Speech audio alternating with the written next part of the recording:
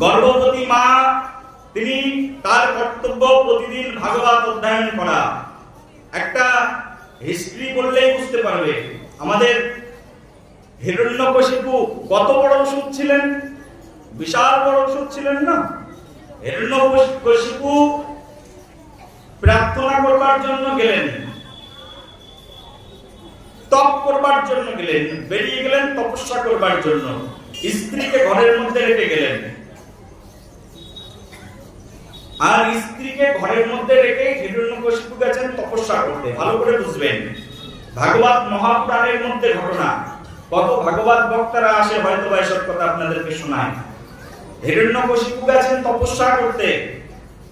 তপস্যা করতে যখন গেছেন তখন নারদ মুনি ভাবছেন এই অসুর তপস্যা করতে যদি বসে আর যদি তপস্যায় একেবারে ব্রহ্মদেবকে সন্তুষ্ট করে ফেলে তাহলে সমগ্র পৃথিবী অশান্তির অনালয়ে জ্বলবে। তখন যখন তপস্যা করতে গাছের মাথার উপরে বসেছেন, সবে বসেছেন তো, বসে তপস্যা শুরু করেছেন, আর নারদ মুনি একটা ছোট্ট পাখি হয়ে একেবারে গাছের মাথার উপরে বসে গেছেন। গাছের মাথার উপরে বসে যখন তপস্যা শুরু করেছেন, হিরণ্যকশিপু এত বড় অসুর যার অত্যাচারে সমগ্র পৃথিবী ধরাশায়ী হয়ে যায়, সেই অসুর। নারদ মুনি গাছের মাথার উপরে বসে বসে নারায়ণ নারায়ণ নারায়ণ নারায়ণ এই যে গান করছে, নারায়ণ নারায়ণ গান শুনে সঙ্গে সঙ্গে তপস্যা ভঙ্গ করে সেই হিরণ্যকশিপু উঠেছে। আমি এতদিন ধরে তপস্যা করছি, নারায়ণের নাম শুনিনি, কে বললো? যেই না নারায়ণের নাম মুক্তি উচ্চারণ করেছেন, তেড়ে উঠে একেবারে খুঁজছেন যে কে নারায়ণের নাম উচ্চারণ করলো। আর উপরের দিকে দেখেন এক পাখি, সেই পাখির পিছনে হিরণ্যকশিপু ছুটতে থাকলেন। এই মাৎসর্য দোষ, ভগবানের নাম সহ্য করতে পারবে না। একদিন বলেছিলাম আপনাদেরকে আমাদের এই জগতে 6টি দোষ আছে। 6 দোষ সদি 6 গুণ দেবদাসে। গান গাই না আমরা? হ্যাঁ, গাও তো বাবা, এক লাইন গাও। ওহে বৈষ্ণব ঠাকুর দয়ার সাগর এ দাসে করুণা করি, দিয়া পদ ছায়া সদো হে আমারে তোমার চরণ ধরি। কোন বৈষ্ণব ঠাকুর? হে বৈষ্ণব ঠাকুর। বৈষ্ণবের কাছে প্রার্থনা, বৈষ্ণব ঠাকুর দিয়া পদ ছায়া, যদি পদটাও না দাও তো ছায়াটা দাও। দিয়া পদ ছায়া শোধ হে আমারে, আমার হৃদয়কে শোধন করে দাও, তোমারও চরণ ধরি। পরে উক্তি 6 দোষ সদি। আমার কটা দোষ আছে তাহলে? 6 দোষ সদি 6 গুণ দেবদাসে। বলছে আমার 6টা দোষ আছে, 6টা দোষকে শোধন করে দাও, আর 6টা গুণ আমাকে দিয়ে দাও। আমাদের এই যে 6টি দোষ, এই মাৎসর্য এরকম যে যাকে আমি ভালোবাসি না, যার সঙ্গে আমার গণিবনাথ নেই, রিলেশন ভালো নেই, তার কথা শুনলেই রাগ হয়। হিরণ্যকশিপু হয়েছে তাই। নারায়ণকে ভালোবাসে না, যাকে দেখতে নারী তার চরণ বাঁকা, যাকে আমি চোখেই দেখতে পারি না, সে যতই ভালো করে হাঁটুক না কেন তার চরণ সব সময়ের জন্য বাঁকা।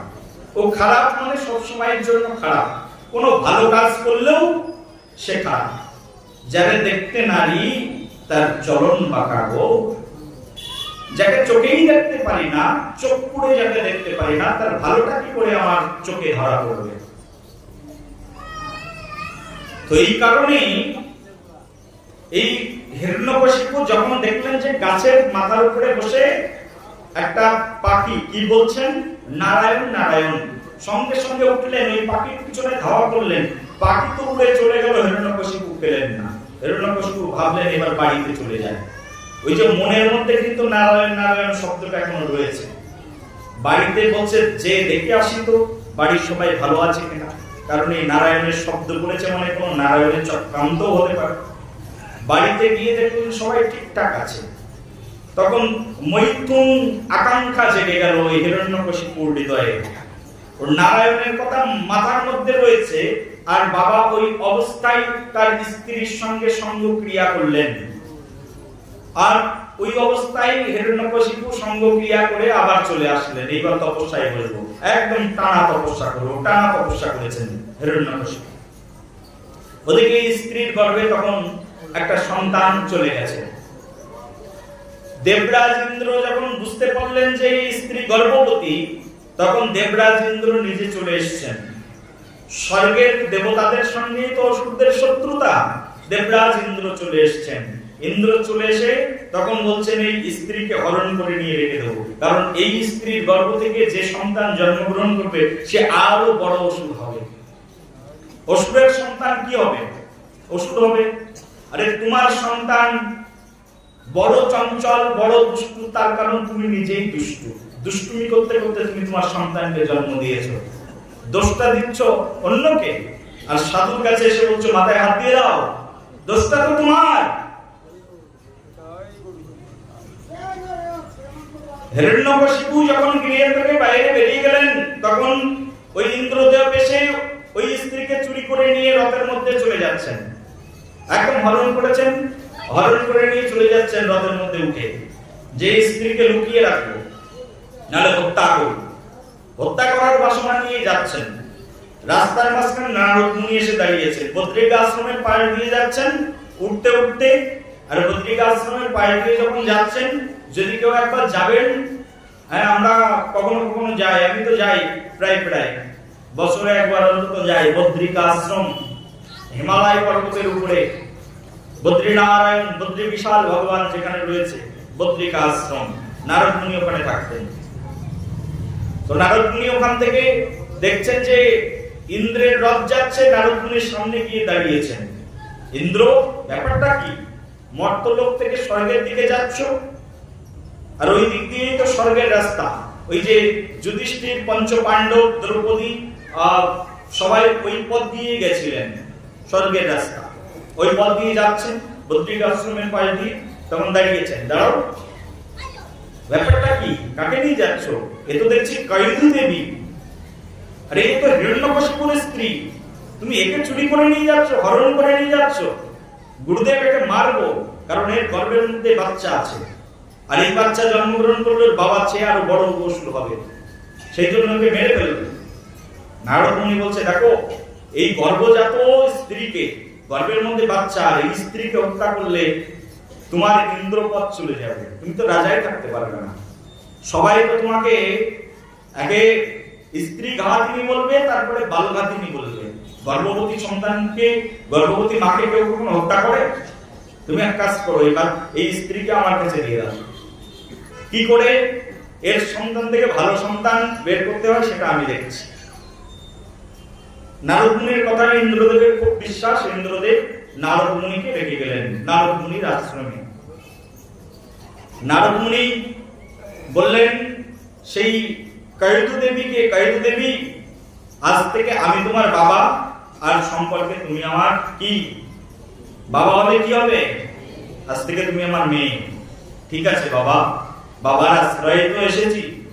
একজন আমার স্বামীর শত্রু আমাকে তুলে নিয়ে যাচ্ছিল, আপনি আমাকে বাঁচিয়েছেন, এমনিতেই তো আপনি আশ্রয়দাতা বাবা, কৃপা করুন আমাকে। কৈদু দেবী নারদ মুনির আশ্রমের মধ্যে থাকলেন। নারদ মুনির সেই আশ্রমের মধ্যে কৈদু দেবী থাকতেন, আর প্রতিদিন নারদ মুনি কৈদু দেবীকে ডাকতেন, বসো এখানে। প্রত্যেকদিন সকালবেলায় নারদ মুনি বলতেন, স্নান করো। সূর্য ওঠার 1 ঘন্টা 36 মিনিট পূর্ব ব্রহ্ম মুহূর্তে স্নান। গর্ভের মধ্যে বাচ্চা থাকলে স্ত্রীর কর্তব্য। সূর্য ওঠার 1 ঘন্টা 36 মিনিট পূর্বে স্নান করতে হবে তোমাকে, করো। কোন মা করে? যদি না করবে, আজকে যত মা এখানে আছো সেই কয়জন অন্তত সংস্কারী হও, তোমার বৌমা যখন তোমার গৃহে আসবে তাই করাবে।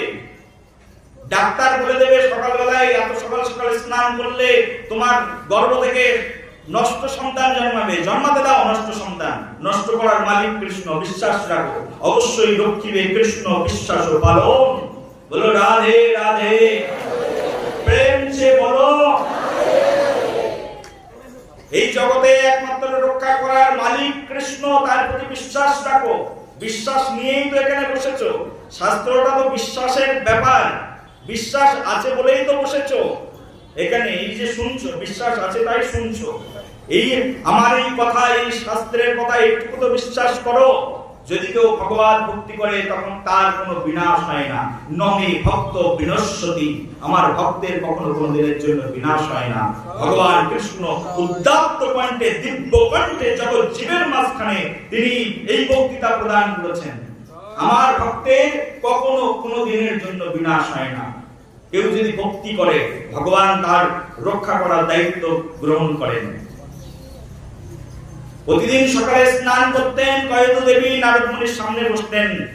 নারদ মুনি প্রতিদিন ভাগবত অধ্যয়ন করতেন, প্রতিদিন ভাগবত অধ্যয়ন করতেন। আর কয়েদু দেবী বলতেন, মা মন দিয়ে শ্রবণ করো। কয়েদু দেবী মাতা মন দিয়ে শ্রবণ করতেন। অসুর পত্নী, অসুর কুলের মধ্যে কি করে একজন কৃষ্ণ ভক্ত সন্তান জন্মালো দেখো। অসুর কুলের মধ্যে প্রতিদিন নারদ মুনি ভাগবত কথা বলতেন আর হৃদয় দিয়ে শ্রবণ করতেন কয়েদু দেবী। সেই অপ্রাকৃত মধুময় অমৃত সেই ভাগবত কথা শ্রবণ করে করে হৃদয়ের মধ্যে ভাগবত প্রেম জেগে গেল কয়েদু দেবী। সেই প্রেম প্রহ্লাদ মহারাজ গল্পের মধ্যে বসে অনুভব করলেন, আমার মা কৃষ্ণ প্রেমে প্রেমিক হয়েছেন। বাবা যখন জন্ম দিয়েছেন তার যে মাইন্ডের মধ্যে যে সূক্ষ্ম অনুভূতি ছিল, সেই অনুভূতিটাও হচ্ছে নারায়ণ অনুভূতি, কৃষ্ণ অনুভূতি, ভগবানের অনুভূতি। বাবা ভগবান অনুভূতি নিয়ে বীজ প্রদান করেছেন মাতৃগর্ভে। বীজটাও ভালো মাতৃগর্ভে এসে পড়েছে। আর মাতৃগর্ভের লালন পালনটা কত সুন্দর হচ্ছে দেখুন। কোথায়? এক মুনির আশ্রমে গর্ভের মধ্যে সন্তান প্রতিপালিত হচ্ছে। প্রতিদিন ভাগবত শ্রবণ করেন। আর কয়েদু দেবী প্রতিদিন কাঠ সংগ্রহ করেন, যজ্ঞের জন্য কাঠ সংগ্রহ করেন, আশ্রম পরিষ্কার করেন, ঝাড়ু লাগান। আর প্রতিদিন নারদ মুনি সেই আশ্রম লেপে দেন, কুচিয়ে দেন, গোশালা থেকে গোবর নিয়ে আসেন, কুটে বানান, গোবরের ছড়া দেন আশেপাশে। আর দেবদেবতারা দেখেন মাঝে মধ্যে এসে কয়েদু দেবী করছে কি। অসুরের পত্নী দেখো নারদ মুনির আশ্রমে বসে কেমন ভগবত ভক্তি অনুশীলন করছে। মনে হয় এই সন্তানটা একটা ভালো সন্তানে পরিণত হবে। যে দেবতারা মারতে চেয়েছিলেন তারা আজ আশীর্বাদ করছেন। গর্ভবতী নারদ মুনি শিক্ষা দিয়েছেন তো গর্ভবতী, গর্ভের মধ্যে সন্তান আছে, তার মানে দেবতুল্য সন্তান। সন্তানকে এই কারণে দেবতুল্য বলে, কারণ গর্ভের মধ্যে সন্তান জন্মগ্রহণ করে গর্ভের মধ্যে থেকে সে মায়ের কাছ থেকে ভাগবতী ও আচার শেখে। আছে সেই সংস্কৃতি কেউ পালন করি। একজন মা যখন গর্ভবতী হয় তার প্রথম কর্তব্য সকালবেলা স্নান করা, ভগবত ভক্তি অনুশীলন করা। নারদ মুনির মতো আশ্রমে যেতে না পারো, গৃহটায় একটা আশ্রম বানিয়ে নাও। ঘরের মধ্যে প্রতিদিন গীতা পাঠ করো। পড়তে জানি না মহামূর্খ, বহু জন্মের খারাপ কর্মফল ছিল তাই তুমি মূর্খ হয়ে জন্মেছো। ঠিক আছে, ভগবানের কাছে প্রার্থনা করো, ভগবান পরের জন্মে যেন আমার একটু চোখ খুলে আমি যেন বিদ্যা অভ্যাস করতে পারি, পড়তে পারি তোমার গ্রন্থ। আর যদি পড়তে না পারো তাহলে এবার কান দিয়ে শ্রবণ করো। আগের যুগে শোনার জন্য আশ্রমে যেতে হতো, সাধুদেরকে বাড়িতে ডাকতে হতো। এখন বর্তমান যুগে তো মোবাইল ফোনেই শোনা যায়। শোনো, প্রতিদিন ভাগবত পাঠ শোনো মোবাইল ফোনের মধ্যে। প্রতিদিন ভাগবত পাঠ শোনো, গৃহের মধ্যে সন্তান জন্মগ্রহণ করছে। আর ওই স্ত্রীর কর্তব্য, যদি পেটের মধ্যে সন্তান থাকে, গর্ভের মধ্যে সন্তান থাকে, প্রতিদিন তুলসীর আরাধনা করা উচিত। প্রতিদিন তুলসী দেবীর কাছে যাবে, প্রতিদিন তুলসীকে জল দেবে। আর এখন গর্ভের মধ্যে সন্তান থাকলে এত কুসংস্কার বাংলার মধ্যে আছে, এখানে আছে কি জানি না। এইরকম কুসংস্কার, গর্ভের মধ্যে সন্তান গর্ভবতী মাকে বলে যে তুমি পুজো দিতে যাবে না, পুজো আমি দেবো। আরতি করতে যাবে না, ধূপধুনা দেখাতে যাবে না। রে মহামূর্খ, তোমাকে কে শিক্ষা দিয়েছে এই শিক্ষা? কোন শাস্ত্রে কোন পাতায় লেখা আছে গর্ভবতী মা সেবা করতে পারবে না? গর্ভবতী মায়ের আরো বেশি কর্তব্য, বেশি বেশি করে কৃষ্ণের সেবা করা, তুলসী দেবীকে জল প্রদান করা, তুলসীকে আরতি নিবেদন করা, ভগবানের সামনে গিয়ে হাত জোর করে প্রার্থনা করা, ভাগবত অধ্যয়ন করা, ভাগবত শ্রবণ করা। গর্ভবতী মা 10 জন 5 জন সাধুদেরকে ডাকবেন গৃহের মধ্যে, ডেকে নিজে রান্না করে খাওয়াবেন, বাবা আশীর্বাদ করো আমার গর্ভের সন্তান যেন একজন সুসন্তান হয়, কৃষ্ণ ভক্ত হয়। গর্ভবতী মায়ের কর্তব্য এটি। কোথায় আমাদের সংস্কৃতি এক কুসংস্কারের মধ্যে, সংকীর্ণতার মধ্যে আবদ্ধ হয়ে আছে। এই যদি সংস্কার হয় বাবা, মা শোনো, এই যদি আমাদের সংস্কার হয়, এই যদি সংস্কৃতি হয়, একটা সুসন্তান পৃথিবীতে জন্মগ্রহণ করবে, তোমার পেট চিরেই হয়তো আসবে স্বয়ং নারায়ণ। তোমার মতো মায়ের গর্ভ থেকেই নারায়ণের জন্ম হয়েছে। নারায়ণ যখন পৃথিবীতে এসেছেন না, স্বয়ং ভগবান যখন পৃথিবীতে এসেছেন, ভগবানের অবতারগণ যখন পৃথিবীতে এসেছেন, তখন এই রকম সাধারণ গৃহের ভক্তিমতী মায়েদের মাধ্যম দিয়ে এসেছেন। মায়েদেরকে প্রণাম করা হয় এই কারণে, কারণ একজন মা তার গর্ভ থেকে স্বয়ং ভগবানকে জন্ম দেওয়ার সামর্থ্য রাখে। দেবী অনুসূয়ার মতো একজন মা তৈরি হয়ে যাও, সতী সাবিত্রীর মতো একজন রমণী হয়ে যাও, কুন্তী মাতার মতো একজন সহ্যশীলা রমণীতে পরিণত হয়ে যাও। সমাজ পরিবর্তন হয়ে যাবে, জগৎ দেখবে চেয়েছে, সমগ্র জগৎ এসে তোমাকে প্রণাম করবে। এমন মা হয়ে যাও গো, একটা সুসন্তান আসবে গৃহের মধ্যে। সন্তান গর্ভে আসার সঙ্গে সঙ্গে একজন পুরুষের কর্তব্য স্ত্রীর সঙ্গে রিলেশনশিপ থেকে দূরে থাকা, আর রিলেশন নয়। যদি মায়ের গর্ভের মধ্যে সন্তান এসেছে, স্বামী স্ত্রীর সম্পর্ক বিদ্যমান রয়েছে, তার মানে নিজের সন্তানের সঙ্গে সেক্সুয়াল রিলেশনশিপ করা। বুঝে নাও, শুনে নাও, কান দিয়ে বলা যায় না, তাও বলছি তোমাদেরকে, শোনো। বলবে কে? আমি বলবো না, আরেকজন বলবে না, বলবে কে তোমাকে? শুনে নাও, এটাই আমাদের শাস্ত্র সিদ্ধান্ত। তোমার সন্তান কি করে ভালো সন্তান হবে? তোমার সন্তান পৃথিবীতে এসে অবৈধ জীবন যাপন কেন করবে না? তুমি তো অবৈধ বীজটা তার হৃদয়ের মধ্যে প্রদান করেছো গর্ভ অবস্থায়। এটাই আমাদের আচার্যগণ, আমাদের পূর্বে গুরুকুলে চতুষ্পাঠীতে এইগুলোই শিক্ষা দেওয়া হতো। এখানে এসে শুনছে তো আরেকটা উল্টো কাহিনী। একজন স্ত্রী যখনই গৃহের মধ্যে আসে নববধূ, তাকে নাকি দীক্ষা দেওয়া হয়, তার আগেই দীক্ষা দেওয়া হয় না। এটা আবার কি নিয়ম?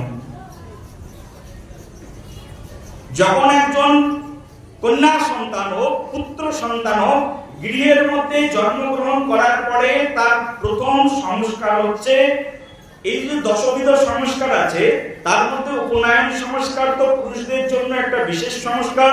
তারপরে তাকে চতুষ্পাঠীতে পড়ানো হয়, শিক্ষার জন্য গুরু আলয়ে পাঠানো হয়। আর স্ত্রীদেরকে গৃহের মধ্যে রেখে ঠাকুমা বা মা তারা তাদেরকে বৈদিক শিক্ষা প্রদান করবে। কারণ নারীরা গুরুকুলে যাবেন না, গুরুকুলটা নারীদের গৃহের মধ্যেই। নিজের বাড়িটাই একটা গুরুকুল, সেখানেই সে শিখবে। মায়ের কাছ থেকে শিখবে, জেঠিমার কাছ থেকে শিখবে, ঠাকুমার কাছ থেকে শিখবে, ভাগবতীয় শিক্ষা শিখবে, তিলক কাটা শিখবে, মন্ত্র গ্রহণ করে মন্ত্রের অর্চন শিখবে। এটাই আমাদের শাস্ত্রীয় সিদ্ধান্ত। তোমার গৃহে একটা বধূকে নিয়ে আসলে, ছেলেটা 10 বছর বয়সে মনে করো দীক্ষা নিয়েছে, যখন বয়স 10 বছর, এখন ছেলের বয়স মনে করো 25 বছর, অর্থাৎ 15 বছরের দীক্ষিত ভক্ত।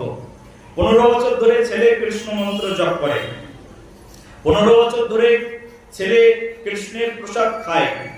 একটা স্ত্রীকে তোমার গৃহের মধ্যে একটা গৃহবধূ এনেছো, সেই গৃহবধূ এখনো কৃষ্ণ প্রসাদ কাকে বলে জানে না, কৃষ্ণের সংসার কাকে বলে জানে না।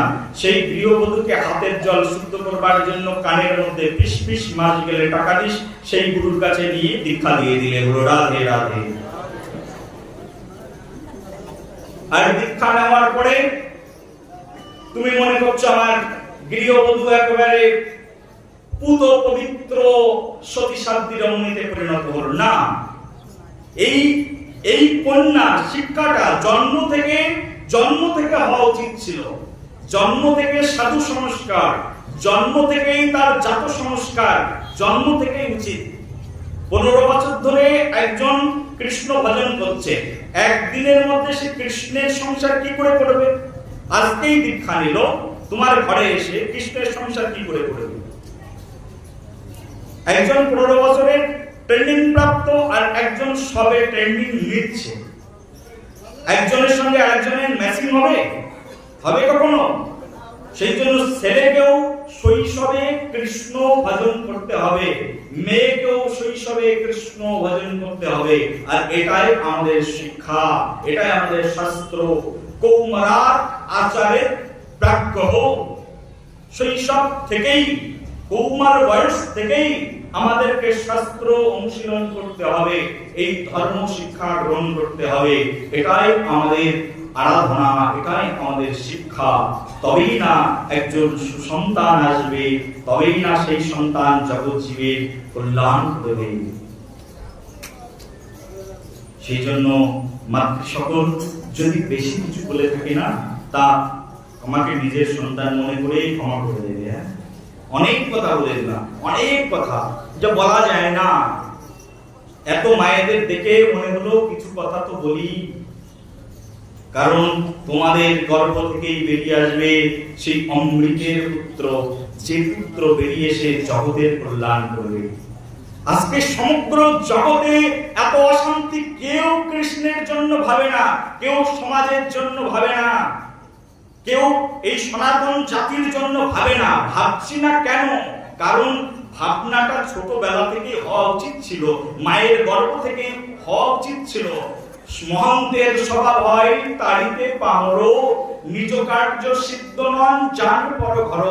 মহন্ত হওয়া শৈশব থেকেই আমার উচিত ছিল। আজকে বৃদ্ধ বয়সে যদি মহন্ত হওয়ার চেষ্টা করি, বৃদ্ধ বয়সে যদি আচার্য হওয়ার চেষ্টা করি, এই বয়সে যদি শিক্ষা নিই, কতটা শিক্ষা গ্রহণ করতে পারবো?